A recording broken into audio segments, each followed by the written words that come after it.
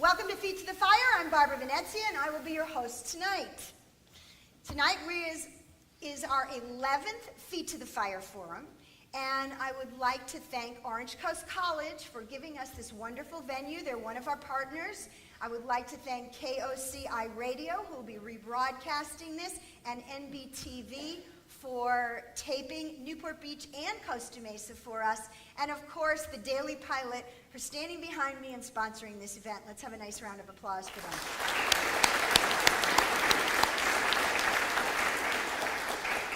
Feet to the Fire differs from other candidate forums because we are a talk show format.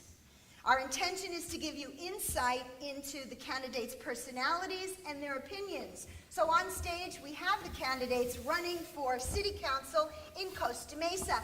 So let's meet them now. Sitting to Tom's right is Steve Mensinger. Steve is the current mayor of Costa Mesa, and from 2009 to 2010, he served as a Costa Mesa Planning Commissioner.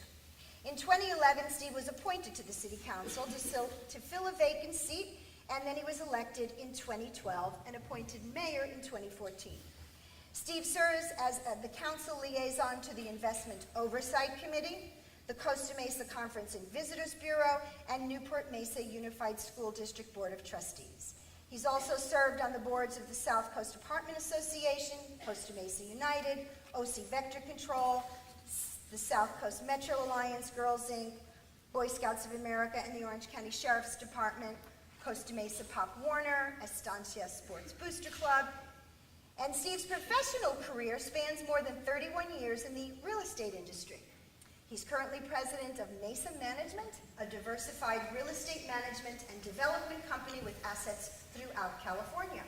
Steve is a USC alumnus and a member of the Sigma Chi fraternity. You can visit his website at votemensinger.com. Let's welcome Steve.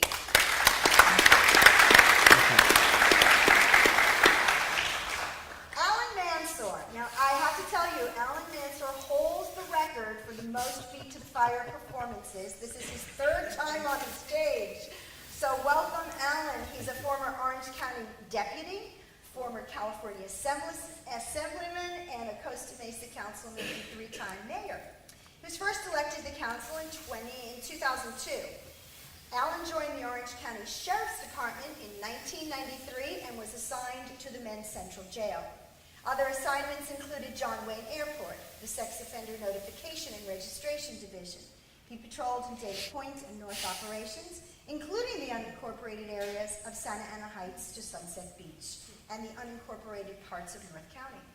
Following his service on the City Council, Allan was elected to the California State Assembly in 2010, where he served as vice chairman to the Assembly Public Employees, Retirement and Social Security Committee, and co-chaired the Assembly Legislative Ethics Committee, as well as the Assembly Budget and Assembly Health Committees. He moved to Costa Mesa in 1976 and has lived here most of his life. He worked at Orange Coast College right here as a campus security officer. While studying, he obtained his associate's degree from Coastline Community College. You can visit Mansoor for citycouncil.com. Let's welcome Allan. Next to Allan is Lee Ramos. He first ran for council in 2014, and now he's back this season. Lee got to Costa Mesa in 1947, before it was a city, and he spent his life here. Before retiring, he enjoyed a career in credit counseling. He's been a member of the Orange County Transportation Authority Citizens Advisory, the city's Pension Oversight Committee, Fairview Park Citizens Advisory Committee, Costa Mesa Charter Committee, elected commissioner of the City of Costa Mesa Senior Center, California State GOP delegate, and chairman of the Staff Parish and Relations Committee for his church, where he's leading the team that's restoring the 100-year-old Costa Mesa First United Church. His website is electramos.com.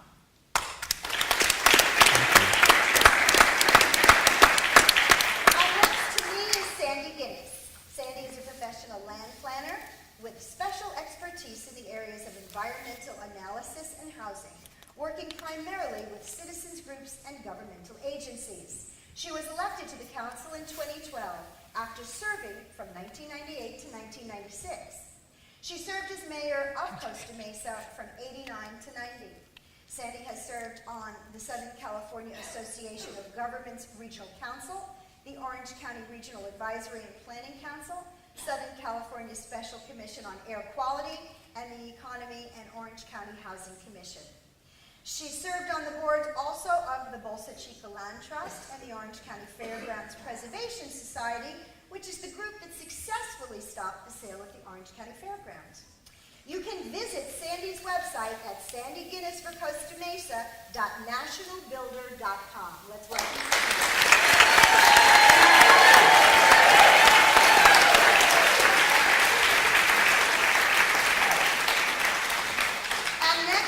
John Stephens. John ran in 2012 for the council and lost by 155 votes, going to prove once again that every vote matters. He moved to Costa Mesa in 1989 after law school. He holds a BS in Business Administration, marketing major from Cal Poly Pomona, and a JD from US Davis Law School. Since 1998, John's owned his own law firm, and in 2006, he formed Stephens Friedland LLP with Todd Friedland. He's a member of the Orange County Bar Association's Judiciary Committee, a founding member of the St. John the Baptist Finance Council and Pastoral Council. He served on the Costa Mesa High School Foundation Board and the board of Costa Mesa's for Responsible Government. He also was a member of Costa Mesa's Pension Oversight Committee from 2013 to 2015. For the past 10 years, he's been a group leader of Provisors. John's coached baseball, softball, and basketball for 19 years.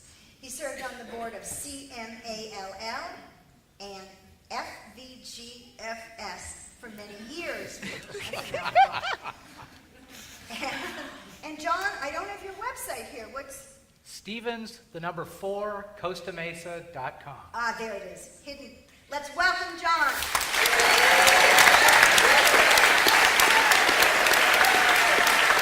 Thank you. And last but not least, Jay Humphreys returns to our stage after a narrow loss of, was it 47 votes? 47. In 2014, and we're delighted to have him back in the game. Jay has lived in Costa Mesa since 1979 and was on the city council from 1990 to 1994, where he served as vice mayor from 92 to 94. Jay graduated from US San Diego and primarily worked in the pharmaceutical industry, starting as a sales rep in 72 and retiring from Sigma Tau Pharmaceuticals in 2008 as the director of distribution. Jay also worked to get 2 ballot measures qualified for the November ballot.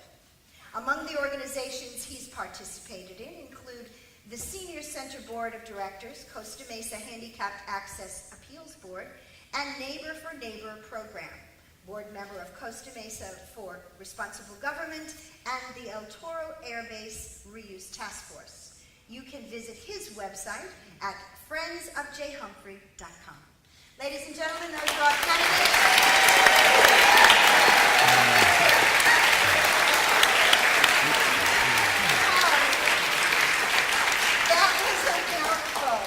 That was a mouthful, and very impressive resumes on everybody. And again, I got all that information from their website, so please go visit them.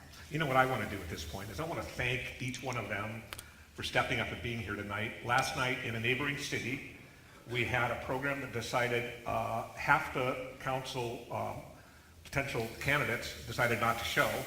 It makes for a pretty much one-sided discussion, and I commend all of you for being here tonight and sharing your ideas with us. Thank you.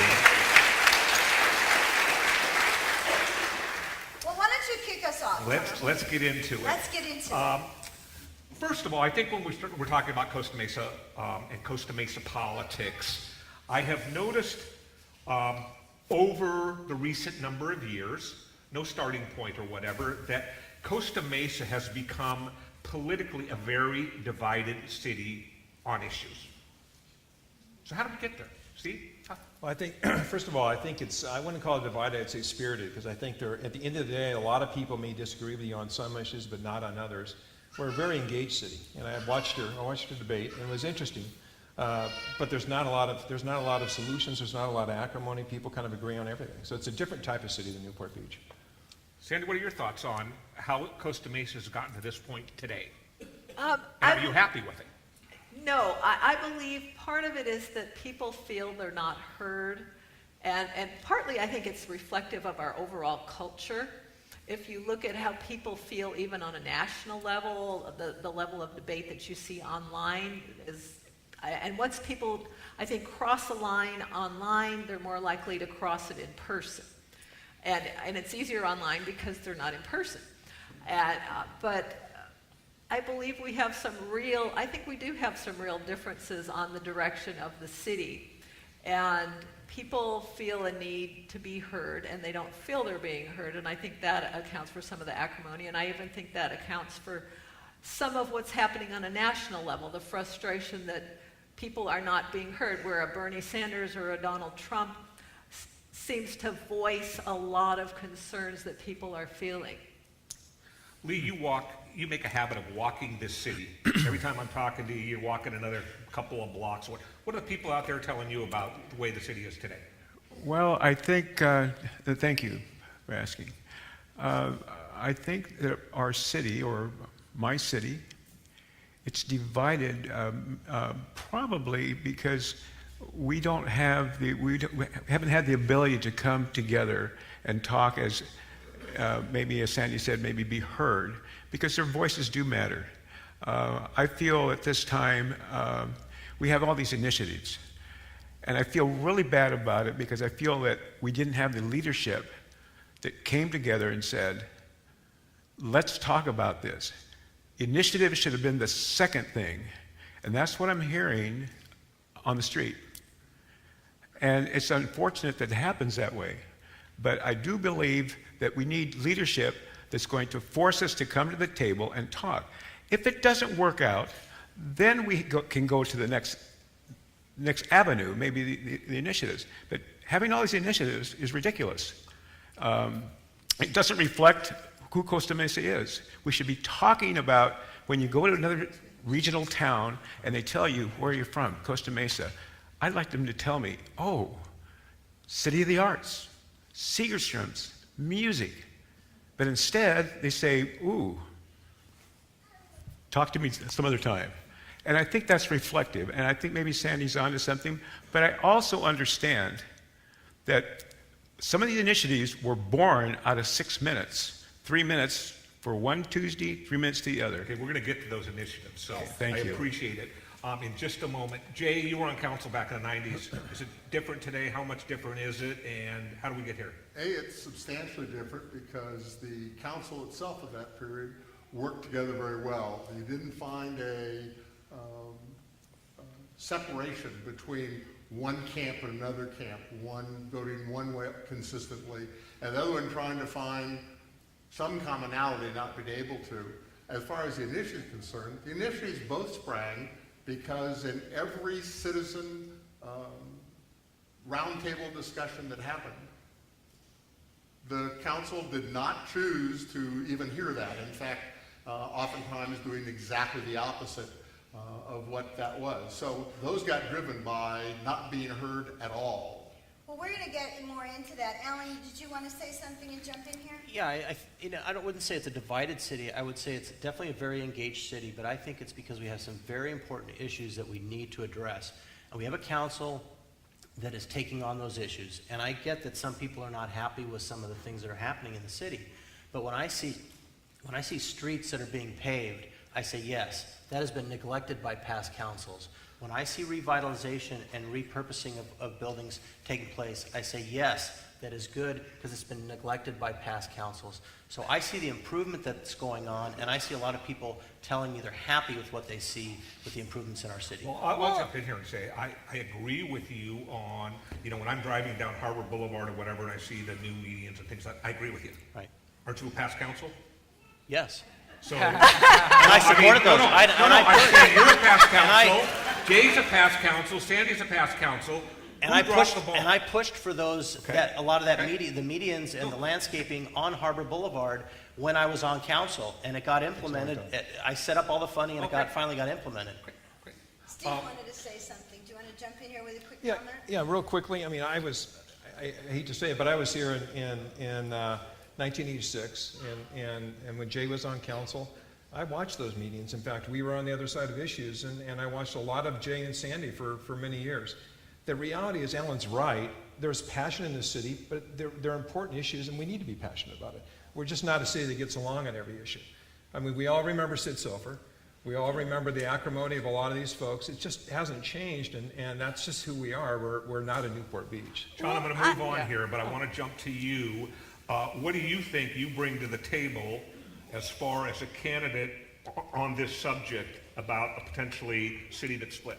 Well, you know that one of my campaign platform pieces is be nice. And I think that what I see in the city council, I do see a lot of acrimony. I see a lot of acrimony coming from the people to the city council, and quite frankly from the dais back and then on the dais. And I'd like to really see the city council members work together and not always vote in a block, 3 and 2, but really work together and have that. I think if people see the ability for people to work together and really listen to ideas and not be so caught up with their own ideology and their own personality, then I think maybe we'd see fewer initiatives, because people would think that they have an opportunity to make a difference by voicing their concern.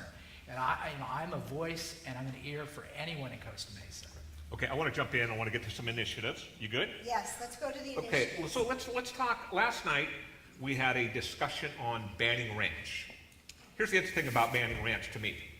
It's a product that cleans up an area that's going to be cleaned up and everything. Everybody was all in favor of it last night. That's right. Every candidate that was on stage last night was for the proposed From project. Newport Beach. Right. But let me ask you a question. It impacts Costa Mesa. Costa Mesa doesn't necessarily reap all the benefits. Steve, where are you on the Banning Ranch issue, and have we gotten everything we can as a city out of the developers of Banning Ranch? Well, first of all, we've got nothing. I think Sandy knows. She worked on the negotiated amount that they offered us. I think it was, Sandy, $4 million or $4.1 million, and you were involved in that initially. Ultimately, we voted to do nothing on it because they didn't have all the requisite approvals.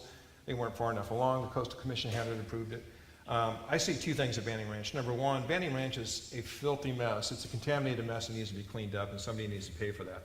At the end of the day, if somebody could buy it for $100 million and make it a preserve, that'd be great. But the way it lays out now, there's somebody that wants to pay to clean it up, and there's somebody that wants to clean it but doesn't have the money. So our hope is, at the end of the day, it gets built. Something gets built and something gets cleaned up, and then we have open space. The environmental lands down below that we could add to Talbot Park and Fairview Park, because it's a great asset for the entire community. Sandy, what are your thoughts on this? Well, to clarify, the council majority actually agreed to a $4.4 million deal with Banning Ranch before I got on the council. But then once I got on the council, I worked to see how we could improve that. Because the problem with Banning Ranch is, in addition to the environmental issues, is the bulk of the traffic comes into Costa Mesa, but the bulk of the money goes to Newport Beach. Of course Newport Beach is happy. We get all the traffic. They get $44 million. And the problem is, when I spoke with representatives of Coastal, there's a very real possibility that Costa Mesa will get all the traffic.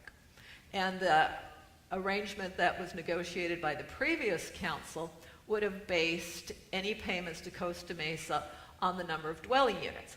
Well, in all likelihood, the Coastal Commission will cut the number of dwelling units, but keep the visitor serving, keep the commercial, and close Bluff Road. So we'll have just as much or more traffic, but fewer dollars to pay for the impacts.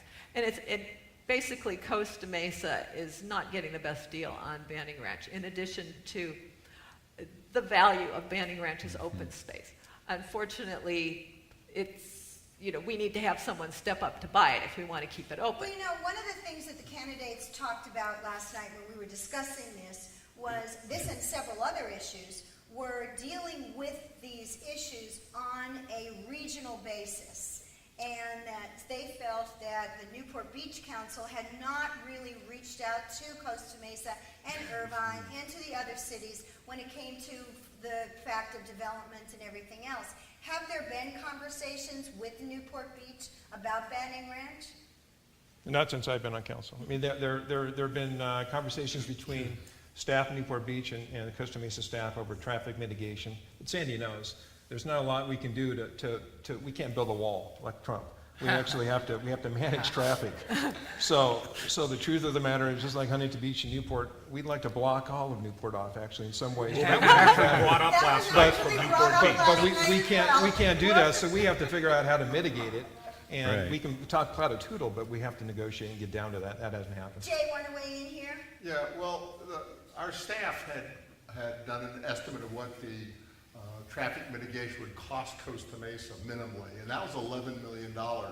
So that makes a contracted $4 million kind of small. But secondarily, what most people don't know is that all the gas tax, if they bought 100% of their gas in Costa Mesa, all that gas tax will be distributed not to Costa Mesa, because it gets distributed to the people with the population, whatever it happens to be their percentages. Therefore, Newport Beach's population go up, they would get more gas tax money, and the same with the property tax. And the last thing is that by federal law, the gas company, the oil companies that own Banning Ranch, by law, are required to mitigate and clean that whole site up back to where it was before they started to put drills in the ground. So, to say that a developer is going to do it is not quite accurate. Alan, wait, I want you to weigh in here. You for banning ranch or against banning ranch? As was mentioned, it would be nice if someone had the money to come just purchase it outright. It is privately held. They are doing a lot of cleanup. We could debate whether we could have gotten more out of it or not. Obviously, we all want as much traffic mitigation as possible. I think the mayor wants as much traffic mitigation as possible. I certainly do. So, and there's a negotiation that takes place. It's not part of Costa Mesa, it's part of Newport Beach. That gives us a little bit less, sway, I guess you could say. But ultimately, we are getting some open space out of it. It is going to benefit Costa Mesa. It does help us with the improvement of our west side. It's right next to it. I think there are some benefits, so it's not the end of the world. John, we haven't heard from you yet. Yeah, Just I mean- a second, and then we'll go to Lee. Yeah, I live right off of Adams Avenue, and the cut-through traffic there is an absolute disaster. And if Banning Ranch goes through, it's going to be just as bad, if not worse. It is horrible it'll be horrible for the city of Costa Mesa. I mean, the toxic dust that's going to be created by So what the would you building- propose there then? What? What would you propose there then? I wouldn't propose any development there. I think Jay's right. We should get the people who made it polluted to clean it up. And the thing is, the people here should know that there's a Coastal Commission meeting. I believe it's on the 7th of September, and so 7th of September, and the people of Costa Mesa should go out in force and let their voice be heard about Banning Ranch. I say save Banning Ranch. Lee, jump in here. I believe that we need to look at Banning Ranch from the outside, and I've attended a lot of the Newport Beach Council meetings to kind of listen to them, and the Coastal Commission meetings. We have a long way to go on that project. I agree with Ellen, and a little bit of what you're saying also, John. It's another issue. Living on the east side, I watched what happened there with Newport on the bay, and it took a long, long time. Like I said, I came in 47. It wasn't until maybe 20 years ago that it finally turned itself around, and you don't see any building on it, and it got cleaned up. Bren came in and cleaned it up. I think we just have to keep our eye on Banning Ranch and show that we have an interest in it, because it will be important to us. That whole park from Banning all the way down to Halbert is so important to Costa Mesa, and we need to protect it. Okay, Barb, we got other initiatives to talk about. Well, you bring up all the initiatives, there's 7 or 8 of them, and that shows me, when people start putting a lot of initiatives on a ballot, it shows me that people don't have faith in the government they've elected. So let's talk about some of the propositions, and Well, yeah, let's jump in first. You take it Why from don't, why don't we jump in first to the ballot, the high-density ballot issue that Jay got the signatures for, you gathered the signatures for. Why did you feel that you had to do this? You're running for office, and it seems to me from an outsider looking in that the way it could work is you run for office, you get elected, and you change the spirit of something. Why did you feel like it had to be done through an initiative? Well, there's two factors. First, I felt quite actively that, and a lot of people right along with me, about 7,000 signatures worth, felt that the public was not being listened to relative to the density issues in our community. Secondarily,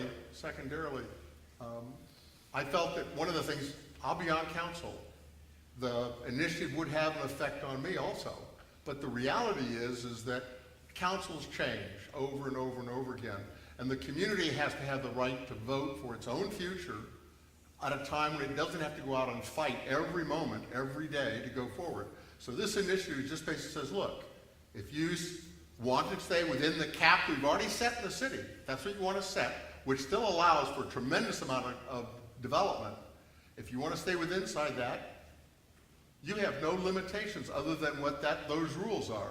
You are not going to have to vote. You're not going to do anything in that setting. So it gives the ability of the developer to develop a quality product within the rules, and if they need to go outside the rules, it actually makes the public have the right to vote on what that impact is going to do to them in the future. Steve, as Yeah. mayor, you've been a supporter of the development in town. Yeah, Tell us what you with like all, about with all it. due and where we're going. respect, there's only 4% of the city that hasn't been built out. There's 54,000 parcels. We built, I think in the last 4 years, we built maybe 225 units. Most of those in places like junkyards where the traffic was higher and the traffic's lower now. When Jay walked door to door, he actually walked to a friend of mine's house, and the first question to my friend was do you want to reduce traffic? This has nothing to do with development. This will stop everything from a Starbucks to a retail center. And this is purely, I feel like I'm in a council meeting. It's the same group. This will stop everything. It's ballot box zoning, it's an election stunt, and I respect them for doing it, but this is a pure election stunt. Well, you know, in Newport Beach, they had green light, okay? And last night, we're still talking about the problems with high-density development in Newport Beach, because even though green light was a great piece of legislation, the developers have found spot zoning and ways around it. So, with that being said, what are these propositions, and there's so many of them regarding the development, are they confusing the voter? John, I'll let you answer that. Oh, yeah. I think all of the initiatives are kind of like alphabet soup. The alphabet came out, and there's so many different initiatives. I think it's going to really confuse the voters. And I think that's kind of an interesting point, because you know, you talk, whatever you think about the initiative, I don't believe for 1 second that it was an election stunt, as Steve just said. 7,000 people signed that ballot. There are people that walked door to door for months. That's no election stunt. These are people that were very disappointed in the way the current city council addresses development. And when I walk now, Lee walks, when I walk, that's one of the top 2 things that people are concerned about. High-density housing and public safety and everything underneath that. And the people are as mad as you know what, and they're not going to take it anymore, and that's why we have the initiative. Is the initiative perfect? No. Is it risky? Yes. I think it could be risky. So I hear And what are the risky parts you're talking about? Well, Steve, I don't think Steve's right when he says that we'll never have a Starbucks in Costa Mesa. I don't think that's right. I think There are people, John, who could argue there's too many Starbucks. I think that's an overstatement. Right, and maybe we should have an initiative about that. No more Starbucks. A Starbucks moratorium. No, but I do think that in the main, what I'm hearing on the streets is people are upset by high-density housing. What people are not upset by contrast, is commercial development. In the main, commercial development has been a home run in Costa Mesa. The initiative, though, has a section about commercial development. If I would have written it, I wouldn't have included that, but, you know, no one asked me. So we'll see what the voters do. Okay. Sandy, what are your thoughts? Well, number one, this whole thing about having to go to the ballot for a Starbucks, that's baloney. Basically, the initiative does not provide for a vote on anything that would not be subject to a referendum normally, under normal circumstances. It's just that the residents then would have to get their 5,000 signatures in 30 days instead of having 6 months to do so. So there's nothing that would be subject to the initiative that would not otherwise possibly be vulnerable to referendum. That's an important thing. And you're shaking your head, Steve. And- Oh, I'm sorry. And Go ahead. the 4% of the property, this is something that's really interesting. Well, we're only going to have 4% of the property left, so it sounds like we're going to have 4% growth. We now have about 1 million car trips per day. Under general plan build-out, we'll add another couple 100,000. Now, if another couple 100,000 trips on the roads right now isn't enough for you, then you're going to hate this initiative. And you're going to hate any projects. But the thing about it is good development can still get approved. Good development that provides affordable housing, that meets community needs, that has open space, can still get approved, and I hope it does. But development that's slash and burn, no. And that's the way it should be. Well, you know, one of the things I'm not hearing on this stage, when we heard it over and over when we talked about development last night, was all the candidates there agreed that their city, which is Newport Beach, really needed to look at development again regionally. That they, you know, like Fred said last night, what you build in Costa Mesa, those people come to Newport. Right. Newport people come to Costa Mesa, Irvine. So we're not, what they were saying last night was that they really needed city council members that would reach beyond their borders when they were talking about development. And I'm not hearing about that from anybody here. Alan, what do you think of that? Okay, I'd like to, there's been so many issues that are kind of connected here. I know the question is about the ballot box initiatives, and generally speaking, I would say governing from the ballot box is a very poor way to govern. You can't just say no to everything. You have to have some opportunity for revitalization. And we talk about crime and we talk about traffic. Most of the traffic coming through, if you look at the 55 freeway, Newport Boulevard, it's coming from north part of the county or Inland Empire, coming through Costa Mesa to Newport Beach. Well, they're cutting down Adams or Victoria, generally speaking, trying to get to Huntington Beach and then coming back through. Of course, there's traffic that some of it comes from Costa Mesa, but all that you see is cut through from other cities. But we want the west side revitalized. We want our city to be revitalized and repurposed. You have some of these motels, which, with all due respect, Ms. Genis voted against the repurposing or revitalizing of a motel. At Motel 6, there were 2 men having sex with a 13-year-old. I now have a 2-year-old daughter. I don't want that stuff going on in my city. I want that crime removed.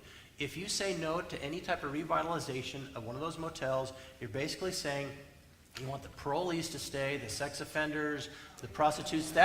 Hey, there's people. Listen, there's people that are down on their luck at there, but there are also a lot of criminals there. And I want a safer community. I want crime reduced, and revitalization or repurposing and some development is good to get to that purpose. Can I have a point of personal privilege? No, go ahead.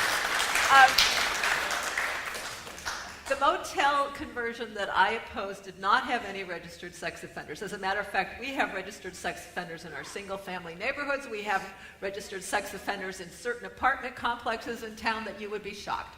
So don't blame the motels. No. All right.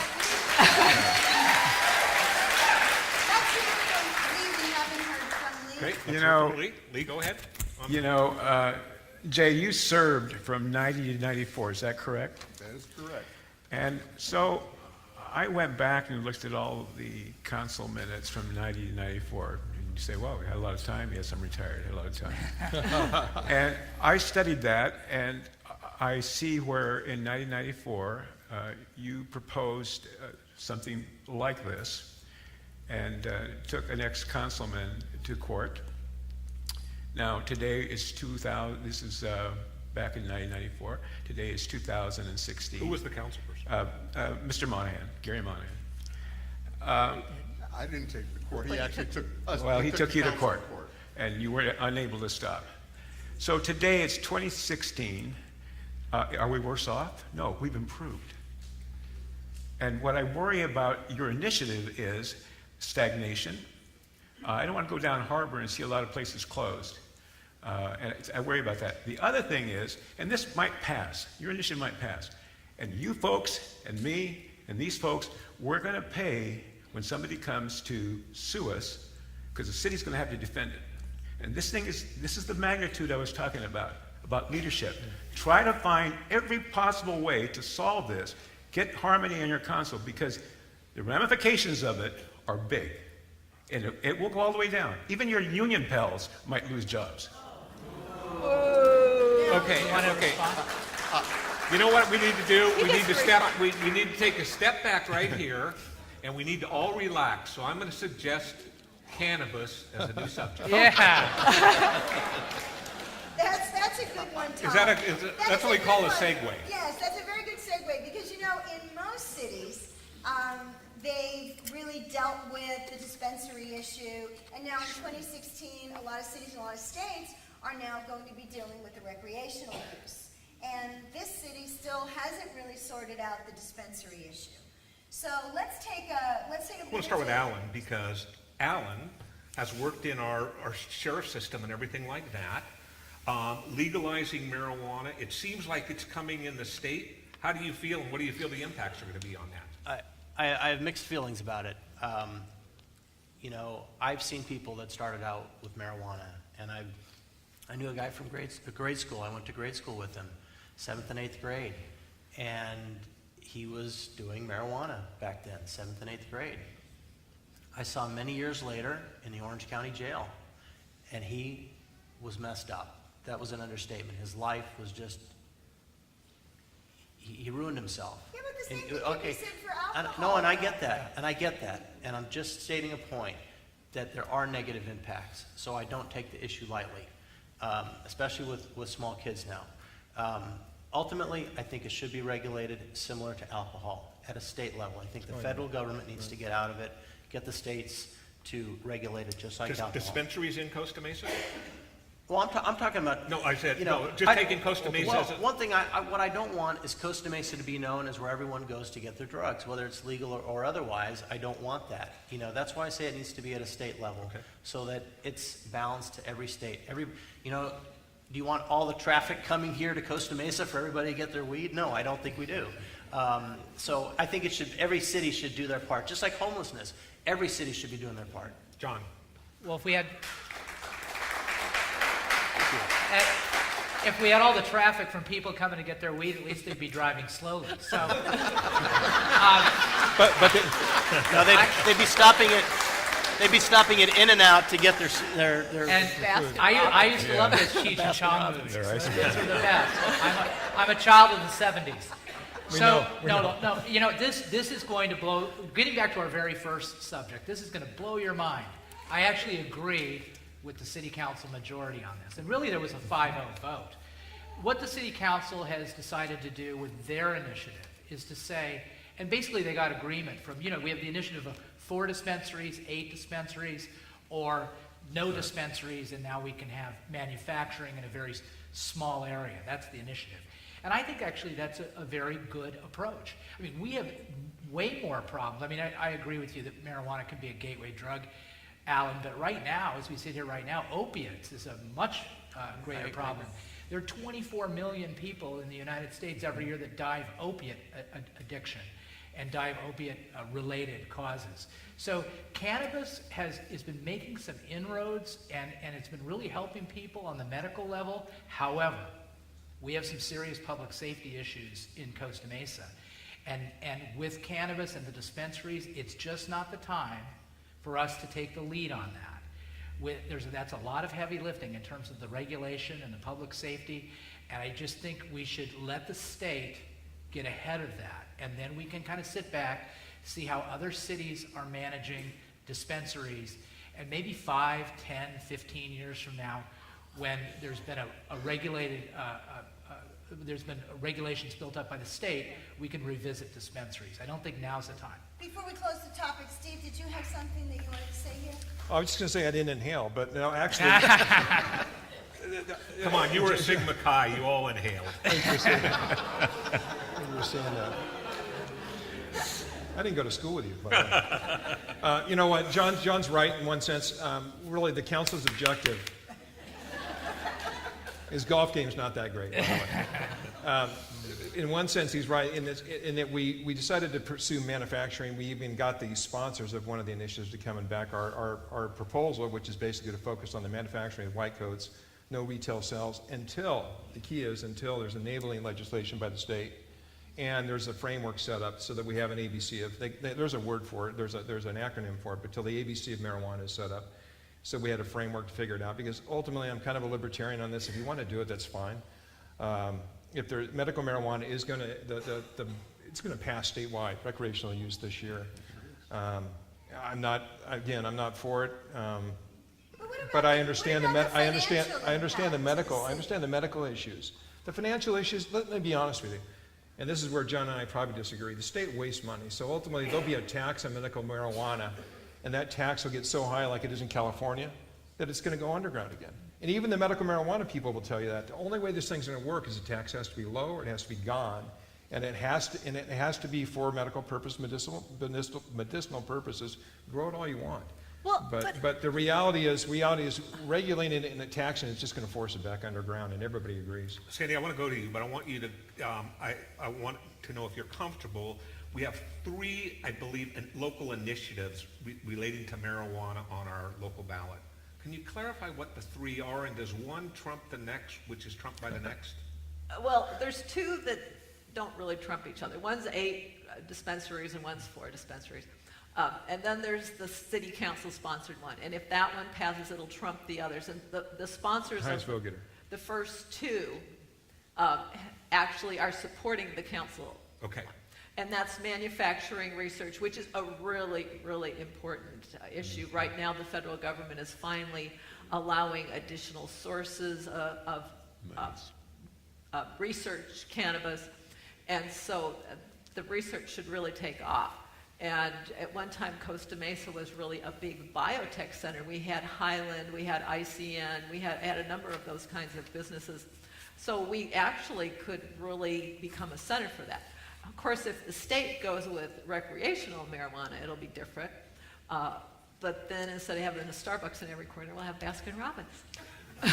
So Jay, if the state does approve, You might know. if the state does approve marijuana at state level, will Costa Mesa retain its ability to control its own city, or are you going to lose that to the state?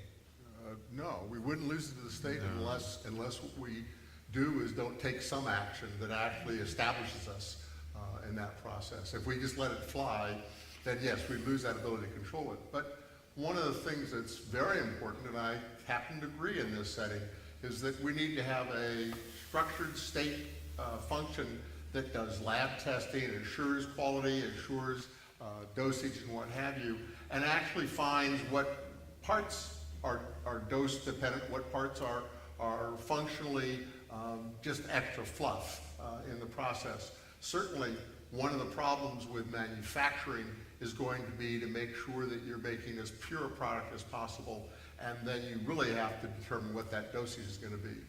Let's change course again. We're talking about propositions. Starting to get hungry. I'll get you for a burger later. What about Governor Jerry Brown's Proposition 57? The idea of early release of prisoners from jail. Yeah. Well, this brings something that has previously happened I'm with you. in Sacramento by releasing people earlier, and I think, unfortunately, we can see some of that to whatever degree on our streets. Whether there appears to be a homelessness problem in town, crime. We certainly have the motel issues. What do you think about, Steve, about Jerry Brown's 57? Well, I'm against it. Prop 47 is a disaster. AB 109 is a disaster. Next to me is a former sheriff. He can tell you a lot about the jails and what was in there. The truth of the matter is, when you talk to our rank and file right now, they'll tell you that this revolving door, that the changing of the penalties from felonies to misdemeanors has changed the nature of crime in the streets. Our break-ins, our car break-ins, our petty crime is way up, and it's way up because of these things, and we have to manage through it, and it's a real challenge.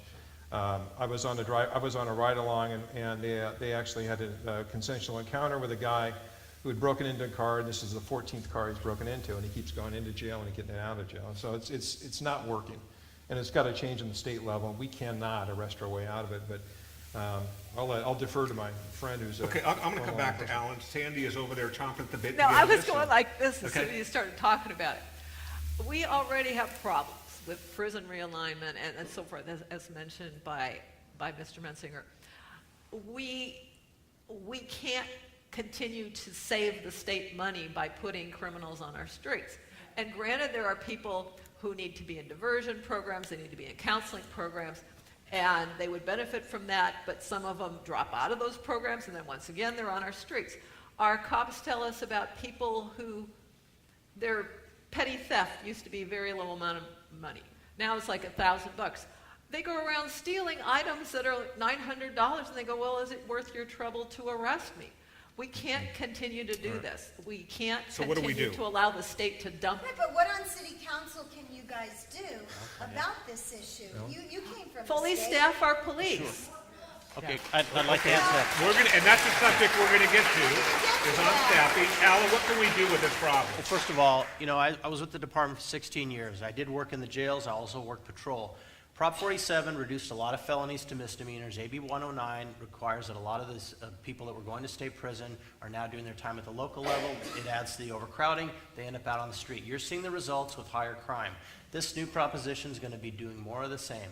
So, yeah, the issue, you can say, well, yeah, I'd like to hire more police officers. And for the record, I will support our chief and our department in hiring, giving him the resources, whether it's hiring or whatever he needs to do his job properly. But you can't say that just because you hire X number of officers, crime is going to go down. Because of this revolving door that's been created by the state, if you vote for this, you're going to make it worse. What's happening is instead of going to jail or prison like in the past, they're getting a ticket. They're being cited and released. You can cite and release the same person, because it's a misdemeanor now, whatever the crime is, and they're not going to be taken to jail or prison for certainly not any length of time. They're going to come right back to Costa Mesa, stay in the motel, which we need to repurpose. I'm serious. That's how you asked how you do it. Yes. Right. And I'm saying a lot of these parolees do go to the motels. If you want them out of Costa Mesa, you repurpose that motel. They will not be coming back to Costa Mesa. That's how you address it. John?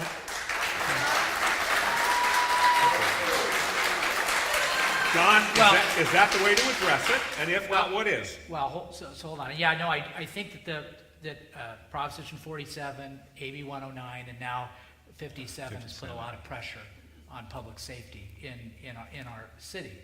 But the fact of the matter is those are things that are happening at the state level, and we have to address them. We have to get ahead of it. We have, and I know it's coming up later, Tom, but we have an understaffed police department. We're down, and the current city council members voted to cut the police in 2011.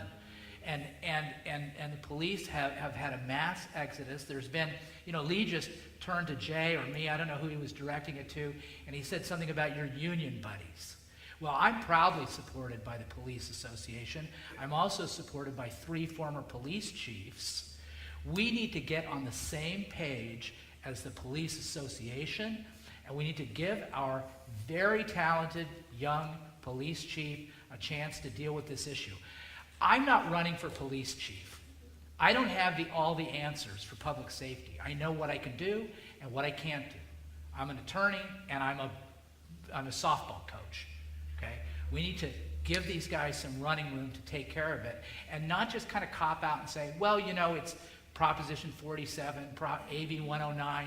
We got to do our business in Costa Mesa, and the first thing we have to do is change the attitude toward our police and our police associations, by the way, just to be crystal clear. And hire some more cops. One thing I'll say is, one of my friend Katrina Foley, she posted an article about how we needed to hire cops, and from 2014, nothing has changed. Steve, you're mayor of the city. Yeah. It appears that our police level is down. You happy with the police level? Can they do the job? No. Or where should it move to? No, I mean, if you And talk- why hasn't it? First of all, when we brought management partners in, they looked at that. We changed our hour configuration. We increased the number of patrols we had on the street. And frankly, in 2010, we were burning through cash, and we had a deficit. So we went from an authorized number at the high in 2006 of about 155 to 140. But the truth of the matter is, our cost for the last 5 years, we've increased our cost for our police department every single year. Right now, we spend about $45 million a year on our police officers. And you know what? I need to say this because it's an election year. And John, who I have an affinity for in a lot of ways, John is catering to an association, and I don't have a problem with this association. Clearly, I have a problem with the association. Clearly, I have a problem with the association in 2012 that put a tracking device on my car and tried to extort council members. This is a different association, and we're gonna move forward. And if you talk to our chief will tell you we have the same number of patrols or more. We're rebuilding our special units, and we're giving them more resources. But this is an election year, so you're going to hear all kinds of contortion on these issues. And one of the issues is we need more. We do. We're getting the best, but we need to be very, very careful about hiring the right guys because we don't need another repeat of 2012. What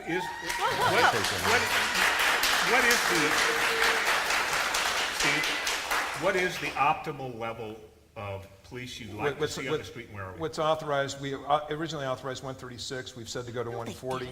And the chief is I think the last 3 recruits, we got the last 3 top recruits in the Orange County Sheriff's Academy. Which brings us to where? Which brings us to about, right now, we're somewhere between 113 and 116. So how long will it take to get to a fully He staffed? thinks we'll be fully staffed in probably 6 to 12 months. Sandy, you agree? Well, first off, there's a lot of fast and loose with the numbers here. At the time, we had 165 sworn personnel. The city council cut it to 125 in the budget, Not plus 126, I'm sorry, plus another 5 that were supposed to be on the grant. It was not 136 or 135. That's where we're at now in our budget. However, what happened is the council also imposed a hiring freeze. So we knew people were going to be retiring. We knew people were taking laterals to other jobs. We knew there's a certain amount of attrition. You know you're going to have people who go out on workers' comp. But there was a hiring freeze. There was a refusal to allow the police chief to begin to hire. You don't just hold interviews, hire somebody, and then tomorrow they're working as a cop. There's training that's required. And for example, even though we have top people out of the academy, we couldn't take 20 people out of the academy, even if they were the best guys in the world, because you need training officers. And yes, we have people on patrol, but we've gutted our narcotics unit. We finally this year have our cops back in the schools. We don't have a gang unit. We don't have a vice squad. We don't have a fraud squad. So yeah, we have people on patrol, but that's all we have. And that's a problem with recruitment because some people love patrol and that's what they want to do, but you have a lot of people who want to get into those specialty units. And if you don't have them, you can't recruit. Lee, jump in here on public safety. When you're walking around, what are people saying Well, to you? First of all, John, I'm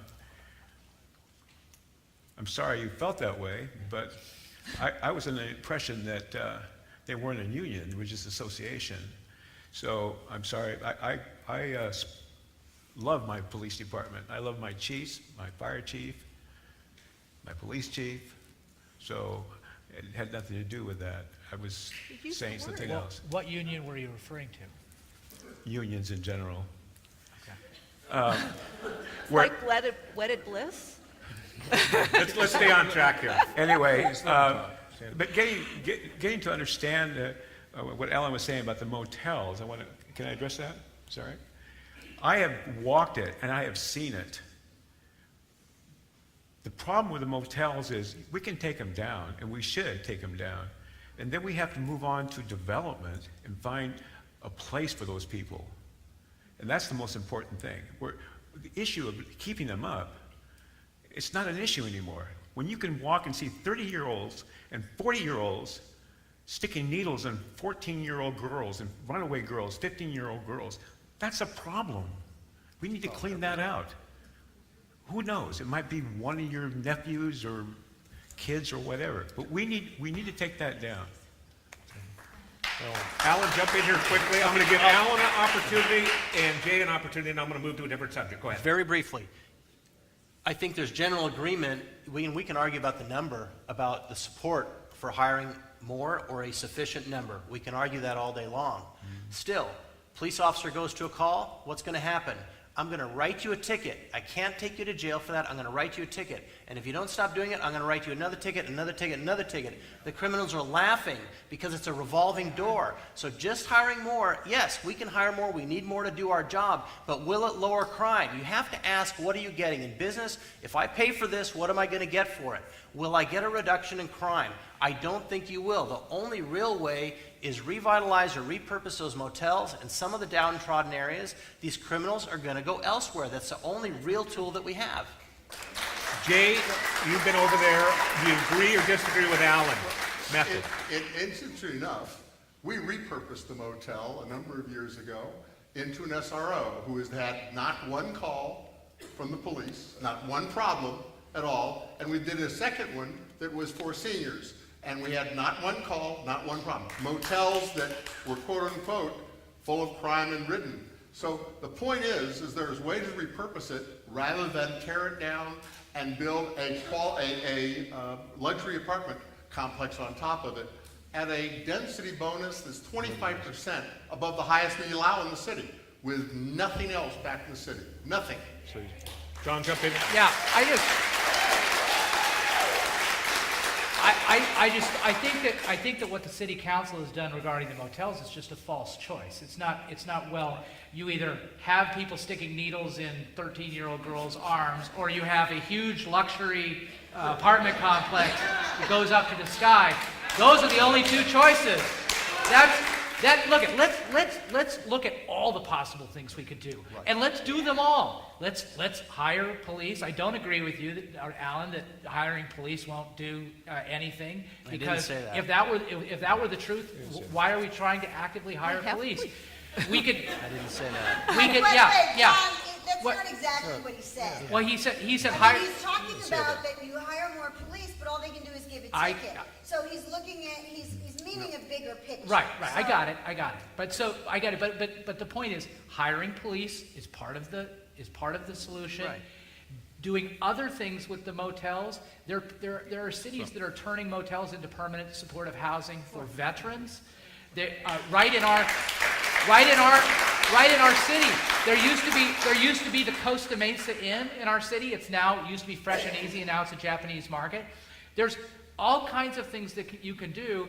You don't need to put a 5-story apartment complex, and which is the solution that has been proposed now in the general plan.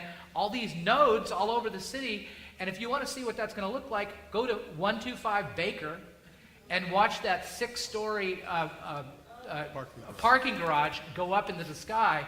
And under the general plan voted for and proposed by Mr. Mensinger and his friends on the council, that's going to be all over Harbor and Newport Boulevard. And we're going to be wondering, what happened to the good old days when all we had to worry about was the motels. Okay. I want to talk about motels. Hang on. You know, one of the things when we sit here, we talk about the need to hire more police, public safety and everything, Right. leads to Everybody believes another on problem. stage that the city should be hiring more police. But with that, you have to have a balance. The city has, and we talked about this with Newport as well, unfunded pension liabilities. So yes, you need to hire more people, but how do you balance that financially with the unfunded liability issue? And I'm sure that's one of the things a number of years ago when you were looking at cutting staff, that was probably one of the things, is that correct, that the unfunded liability? First of all, just for the record, we didn't lay off one single staff member during this period. Every single staff member that left the organization either retired or left early. In fact, when we came in 2011, we had burned through $35 million in cash. We had a $9 million deficit. For the last 5 years, we've had functional surpluses. And the fact of the matter is, part of that is reducing our head count from 665 to what it is right now authorized in the Right, but 480s. now you have to bring that Now- up, so what are you No, doing actually, now? no. We're 480 is a fine number with part-time equivalents No, I'm running talking things about like the that. police department. Okay, No, so- but that 483 includes it brings it up to the authorized level. So that includes the authorized level. So there's unfilled positions in that 485. So the actual full-timers working right now is somewhere in the 420 range. When vacant positions are filled, we'll be at 483. That was down from 660 in But with the 2008. unfunded liabilities, is there a plan to solve that issue? So the unfunded liabilities, our approach is pay down the fireside fund, which is the one unfunded liability we have some control over, and get our associations to pay more and reduce our cost. We had a great negotiation with our miscellaneous employees, where they now pay 60% of their portion of their pension, of the entire pension, and that's the highest in Orange County. We have to get to the point in this city where everybody contributes, not only the taxpayer, but the employees, and the general employees did it. That's really the only solution, because CalPERS is a political organization. CalPERS returns are supposed to be 7.5%. They come in, this year it's going to come in at somewhere around 0.02, and we're about ready to get hit in the next couple of weeks with a huge bill. And it's going to be astronomical, and we're going to have the same issue we had before. You cannot prepay your way out of this when the base amount is hooked to investment returns, which aren't sustainable. Jay, give us your thoughts on the unfunded liability. First off, we talk about not being able to pay our way out, and that's a true statement, not by just simply getting a 3.5% benefit from prepayment. But by the same token, this past year, we had a $7.5 million benefit, excess, driven by the fact that we had underplanned. We actually had more people in the budget than we actually had, and we had that extra cash left over. But what we do with that extra cash is we spend it on things that may not have had the same priority. If in fact that priority is that big, then in fact we should take those extra cash dollars and put them towards that process of reducing that liability, and then wind up by, just like you use a 15-year mortgage out of a 30-year mortgage, paying out quicker, saving the interest, what have you. But that's an important factor. And one thing should be noted is that Ms. Genis and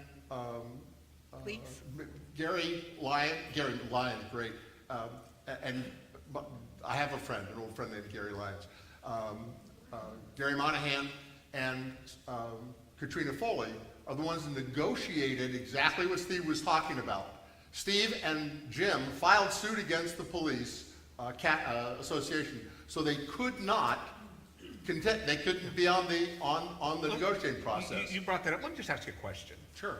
If you, back in your council days, were leaving a place and somebody, and you found out and you had a tracking device put on your car and you found it was illegal and all that, what kind of reaction would you have? Did Steve have the right reaction? He had a reaction of somebody who is a private citizen who has no other criteria. I would be angry, but I wouldn't take it to the point of filing suit so I could not do my job on council. Kidding me? I have a fiduciary responsibility for my city. So, So I have to find a different way, and there's other ways to accomplish that. Maybe sit down in a public forum and talk about it so that everybody is completely clear on what is appropriate, what's inappropriate. But can we agree that it was inappropriate what happened, Steve? It was inappropriate Okay. what happened to It was Steve. illegal. Everybody agree with that on council? No, Or it was on- illegal. It was beyond inappropriate. It was illegal. That you're talking about putting a tracking device by an attorney or someone that's representing the unions, working with the unions, putting a tracking device on an elected official's car or anyone's car for that matter, and following them? Are you kidding me? Sandy, I would be you're not. livid. Yeah, I would be livid if someone did that to me. And that's, So I think I heard you correctly. You said, yeah, that's creepy. Yeah. What do you illegal. expect as somebody that sat next to Steve? Same thing happened to you. Where would you go with it? I would be really upset. I would probably complain. I don't think I would have sued the Police Officers Association. I would say in all likelihood, I probably would have filed something with the Bar Association about whatever attorneys had hired the guys. But I don't know if I would have taken it to the extent of going to court. I believe because of the fact that it creates a conflict. For example, I do pro bono, I do planning work. And I sometimes get hired by environmental organizations. Well, local environmental organizations, I will help out, but I will never bill them because I don't want to have a conflict. And I have therefore passed up thousands of dollars worth Yes, of but that's invoices. not really, I mean, you can't compare that to, this is a violation of your family. That's right. And I mean, and it's. Yeah, that's why I said it was creepy creepy. and dangerous. Listen, It was illegal. I've got a number of other subjects to cover. We have a limited amount of time. I am going to give Steve an opportunity to respond to all this other discussion. geez. Why did you do it? So let me be clear right now. This isn't only about a tracking device. This is about illegally setting somebody up to extort them. There will be a criminal trial in the next 30 days for the two investigators that were caught doing this. Frank Mickendite is out here. He wrote the story on this guy, and the guy admitted it to Frank Mickendite, what he did. To defend it is disgusting, Mr. Humphreys. And I'll tell you something right now. I'll tell you right now. Let's not lose your cool. I'm not losing my cool. I'm just passionate. Okay. Let me tell you something right now. My family is not better off for it. Setting somebody up falsely, sending a prostitute into a bar to try and set somebody up with a photograph, and putting a tracking device on somebody's car to know where they're at so you could find them in a compromising position to get an increase in the contract. It's out of the playbook. And folks, it is going to be in clear view in the criminal trial, and I think somebody in this group is going to be eating their words because it is wrong to commit a crime, and when a law enforcement agency hires a law firm to do this, it is even worse.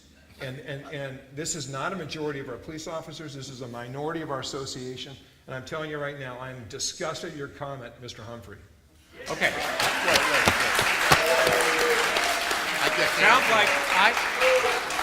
Sounds like we need to get back to cannabis.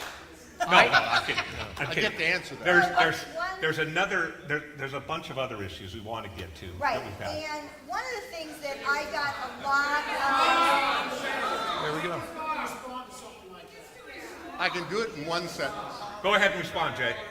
I did not say what was done was fine and dandy. I said it would bother me too. But what I did say was that, in fact, if you know it was the attorney who did it, then it's the attorney that needs to be the one that's being addressed with it. And if you think that the city's association is there, then you need to make a very public conversation, discussion about what they did, why you did the things. But I did not say for a second that what was done was right.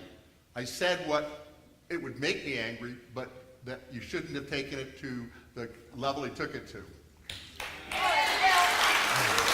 Okay, Barb. well, I heard from a lot of people over the last couple of weeks as I've written about Feet to the Fire coming up. And one of the big issues that people want to talk about on here is the rehab home issue in Costa Mesa. Now, this issue, of course, was dealt with in Newport Beach several years ago. And one of the things that I would like to know, because Alan, you were on the council at the time, is why the council in Costa Mesa didn't reach across the border and work with Newport Beach in fighting the issue, because it is a very sensitive issue because of the, the Disabilities Act, and these people are protected. It's a very sticky wicket. So why didn't the council reach across the border and work with Newport on that? So, very happy to work with them, and I think we did to the extent possible. But keep in mind, the way they pursued it was they were defeated in court, okay? They lost millions of dollars. I think the way that Costa Mesa and the current city council is going about it with addressing some of the problems there, you can't legally just close them. Right, There I are know that. ADA issues. You can address behavioral issues, how they operate, operational issues. That's how the current council is addressing them, and it's being effective. You've had many of these group homes that have left Costa Mesa because of that. That is something Well, but tangible. You know what, Alan, I That's think something that tangible. as I was watching, because I covered that extensively in Newport Beach, and as I was watching them get sued and get tough, I said those rehab homes are just going to cross over to Costa Mesa. And that's exactly what has happened. Now, John, weigh in on this because I know you have some strong feelings. This is, you're talking about public safety risks and issues. This is the biggest one we have in Costa Mesa. I think way worse than the motel issue. Last estimate I saw was we have 340 rehab homes, both licensed and unlicensed. And here's the way I think we should address the issue. You know, if you pass an ordinance and you say, we're going to regulate sober living homes or rehab homes, you put a target on your back for people that are going to file lawsuits against the city and challenge those ordinances. And this is a big money game, and those people have deep pockets, deeper than we have with our challenges in Costa Mesa. So what do you do about it? My friend Rick McNeil is down in fighting this exact fight for residents in San Clemente. And he walks precincts with me, and that's all we do is talk about how to deal with this in Costa Mesa. And what he said is, he says, what we need is conduct-based, status-neutral, nuisance ordinances that are very specific, and they apply to rehab homes, they apply to elderly homes, they apply to convents, frat houses, and give lawyers like Rick the tools to go after the bad guys. We have in Costa Mesa, we have 25% of the rehab homes in Orange County and 3% of the population. It's out of control. Steve just leaned over to me and said, that's what we have. Is that not what we have, or is that what we have now in Costa Mesa? Well, what we have to do is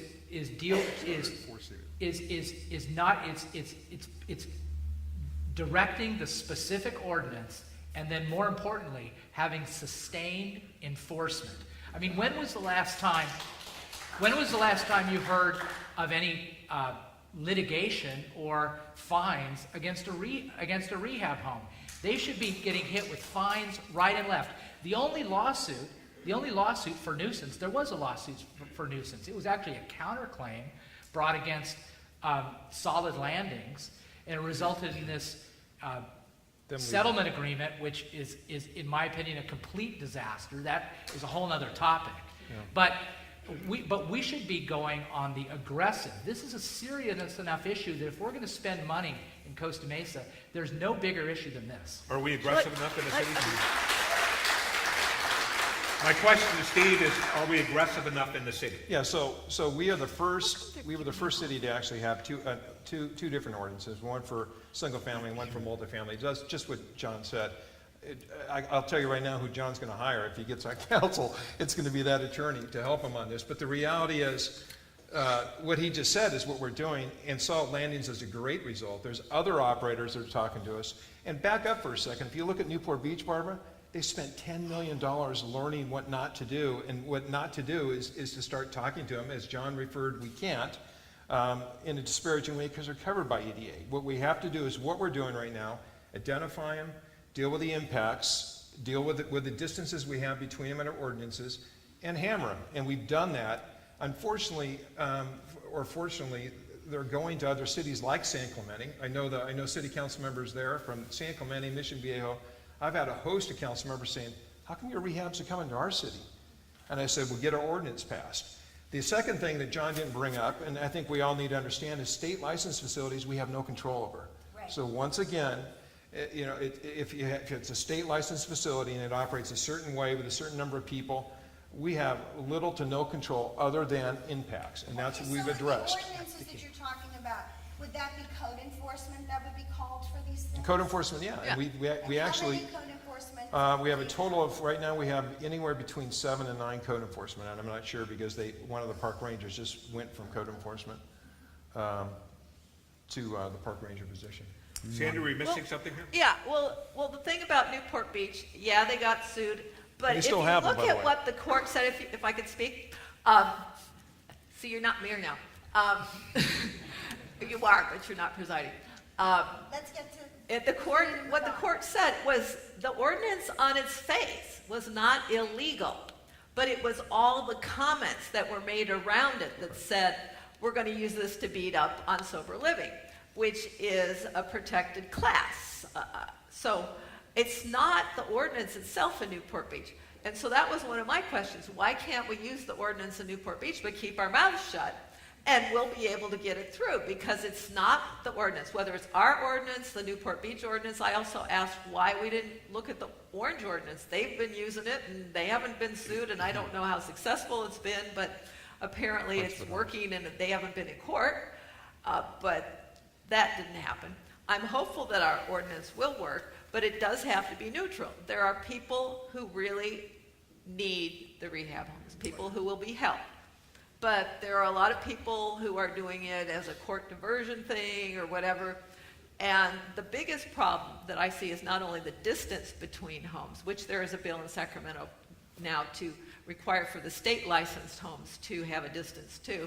And a lot of us really work to get that at least into the process.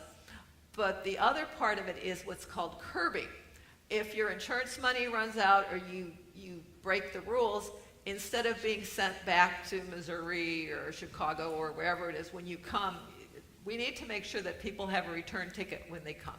You can't force a person to get on an airplane, but when we have stories from motel owners, once again, those evil motels, of young people showing up at their doorstep in tears, please call my mom to get a charge card number so I'll have a roof over my head for the night.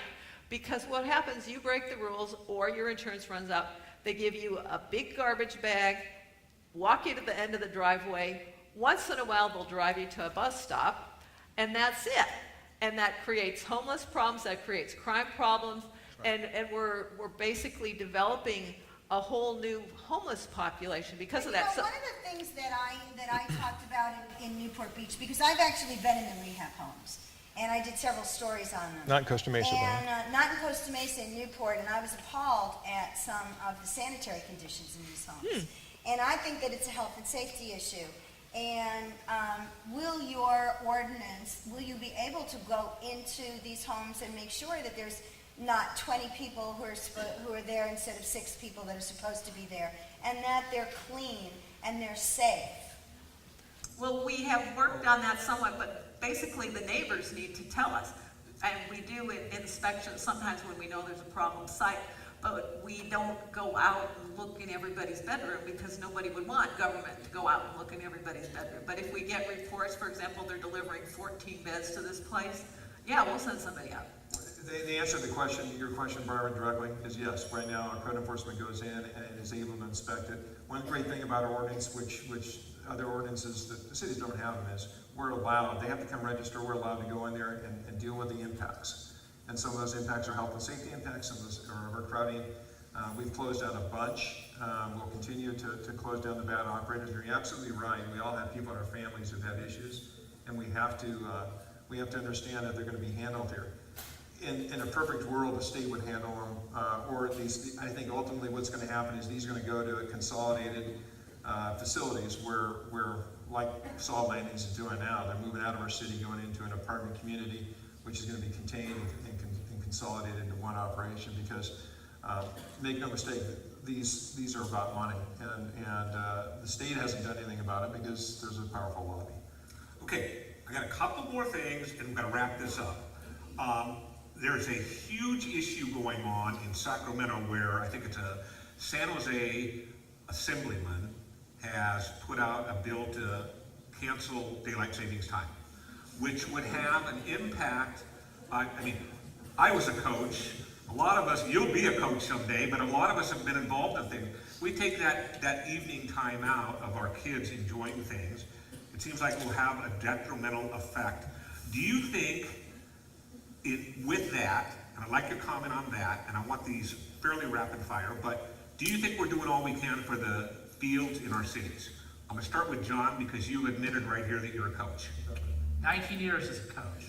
No, I think we especially with lighted fields, we need more lighted fields. But I think that, like for example, if you look at the farm field, I used to live in Mesa Del Mar. When the farm field started, which is, I think the farm field is a home run. I mean, look at all the great enjoyment people get. out of that. And my neighbors in Mesa Del Mar were very much against it. But if you look at it, the impacts of those lights, and certainly compared to the great fun and the laughter of the kids playing on that field, it's worth it. And I really think that what we should do is get with neighbors of places like, again, my backyard, Balearic Park, different parks, and say, can we light up these fields in ways that are not too disturbing to the neighbors, and give more lighted fields, which is, I think that's what we really need in Costa Mesa to use sports. I think it's important. Lee, you're out there seeing these kids play. What do you think? Well, on the east side, I've been a real advocate for putting lights at Kaiser, and worked closely with Brad Eccles, chair of our parks, and a lot of experience from ASO in this town, and with Councilman Gary Monahan. I think it enhances your community. I've been an advocate to use our school fields, and I think it's important. I think what John Stephens is saying is correct. It's not only good for the kids, it's good for all the families. And today's technology world, the lights can do amazing things and can be directed away from the homes. And I think it's a great asset to the city. So just by a show of hands, everybody here in favor and support of the youth athletic fields and supporting those lighted fields? But I'd like to qualify that. The permanent lights are great. You can engineer them. They're quiet. They're wonderful. The portable lights, we got to move away from the portable lights. They're stinky, they're noisy, and they can't. Support permanent lighting. Yeah. Great. Alan, you want to jump in? Just real quick, I mean, whether it's police officers or lighting fields or new sports fields or anything, we have to ask ourselves, how do you pay for it? And I think we've seen a lot of good fiscal management from our current council, and they have a surplus. So it's having the ability to pay for these things. We have an opportunity with the Fairview Developmental Center, hopefully in the near future, to get some more fields, but it's still going to cost money. So I think we have to look at all these things with even negotiations. It's never easy to negotiate. You're talking about people's families and livelihoods, but these things do cost money, and I think we have to have some fiscal responsibility as well. Well, before I turn it over to Barbara to take us out of here, and I wish we had more time because we have a lot more questions, I'd like to go down the road, sort of far in with Jay, and I would like to ask you the question. I'd like you to look into the camera, we've got a camera out over here, and tell the people of Costa Mesa why they should elect you to the city council this year, and we're going to give everybody that opportunity. Take about 60 seconds. Well, the best answer is that I've been here for a long time. I understand this city. I've been on council before, and I understand not only the job, but also what we should be doing that job. Secondarily, I have skills to negotiate, to collaborate, to wind up by having this city come back to a balance where it is imperative to be heard by the council. I believe that that's our primary job. To hear the public, and our second primary job is to assure the safety and not underdo our safety, either fire or police. So I should get your support simply because I know how to do it, and I've demonstrated through my past that I can do it. John? I feel like I want to stand up. You know, I'm in the middle of a jury trial. So, ladies and gentlemen of the jury, so I'm dug in here in Costa Mesa. I've been here for 27 years. My wife Amy and I have never lived anywhere else other than after we came to law school. We've raised our 4 kids here. Whether I win or lose, I'm not going anywhere. But I think you should elect me because I have a unique set of skills that I can offer to this city. I'm a practicing attorney. I've been a practicing attorney for 28 years. That gives me an analytical ability and an ability to negotiate issues, to negotiate with my colleagues. Also, I can get along with people. I can get along with, and so some of the acrimony that you've seen wouldn't happen if I were up there. I can guarantee you that. And you know, no matter what you are, if you're CM4G or if you're the public square folks, and you know who you are, I will be your voice. You should all be clapping for me because I will listen to you. I will listen to you. I will shake your hand. If you want, I'll give you a hug. And I will be there for you. 4 years, 8 years, as long as you elect me. Sandy Genis.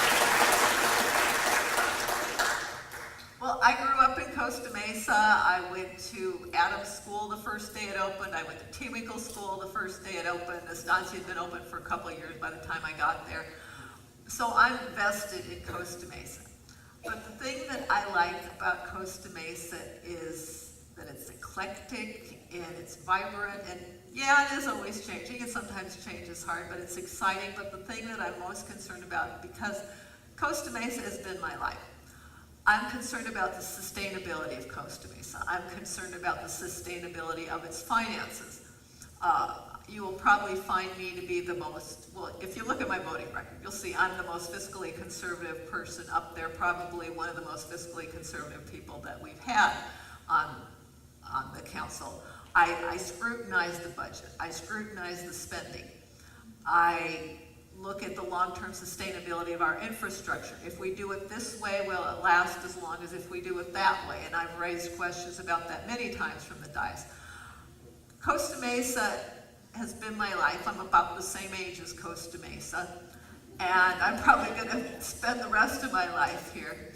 And so I want to make sure that when I'm 95, which I lost my mom this spring at 95, that I have a city to look at that's financially sound, that has good public safety, that it's a great place to live, it's still a great place to have kids. I want to be able to hear kids playing when I'm that 95-year-old, assuming I can still hear. Okay, Sandy, that's great. That's your 60. Everybody can measure their 60 seconds. Give us a closing. Lee, you've been around the city. Go ahead. Why should we vote for you, Lee? Tell them why they should vote for you. Well, first of all, this is my second time running, and I really have enjoyed it this time. And I love my city. Coming here in 47 and seeing it grow up, it's been fantastic. This trip, I care about safety, and safety is so important in this town. And I care about the stability. In order to have stability, you have to have great safety.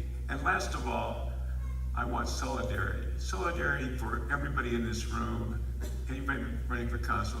Solidarity means unity, and unity is gold. And I really care about Costa Mesa, and I want to have solidarity. I pledge to you, my wife will pledge to you, our families who came here, schools named after us, towers, churches, whatever. We have an investment in this town. Win or lose, let's work together as a unit. Thank you.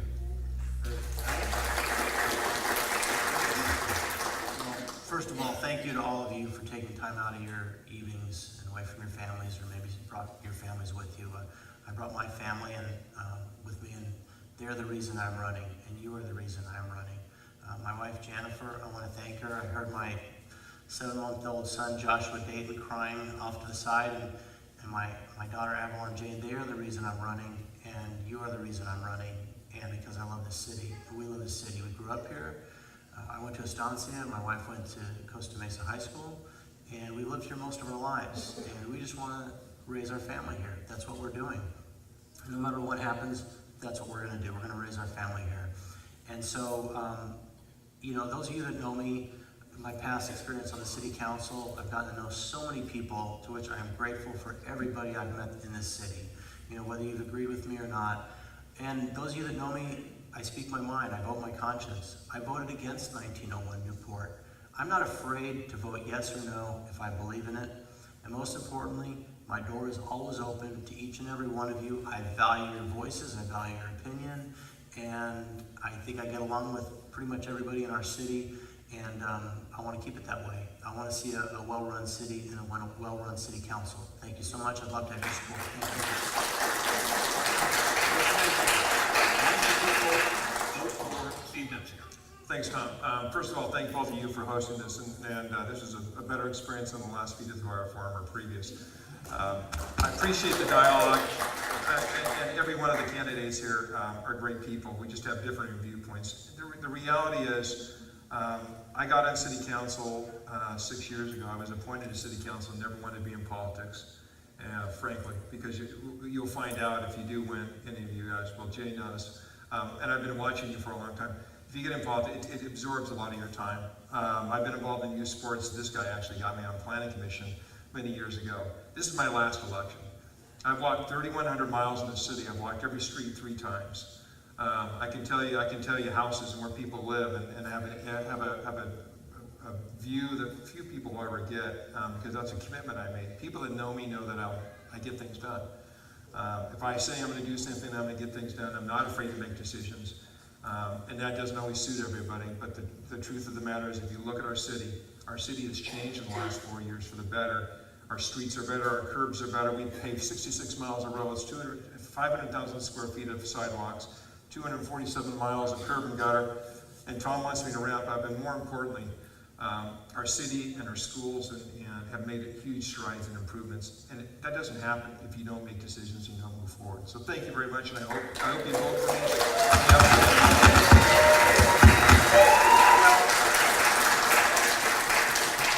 As I said at the top of the program, I really appreciate all of you taking the time to come out tonight.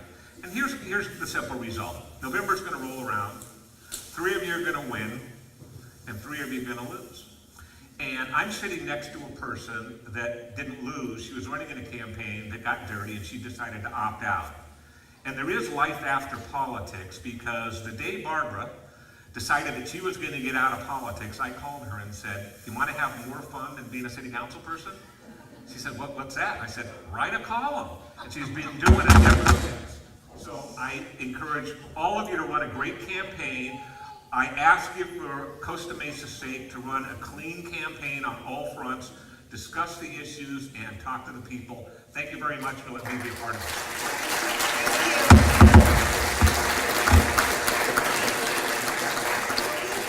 We've come to the end of our time frame here, and I want to thank everybody on stage for coming out, for running for office, and for caring about your city. Let's hear it.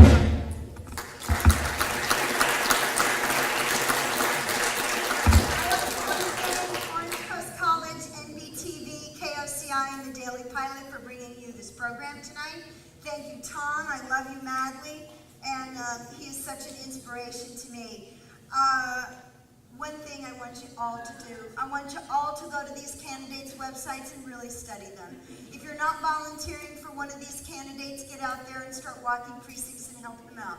Get involved in your city, because every vote matters. And I think it's wonderful that y'all took the time to come out here and be with us tonight. I'm Barbara Venezia, and thank you very much for being here.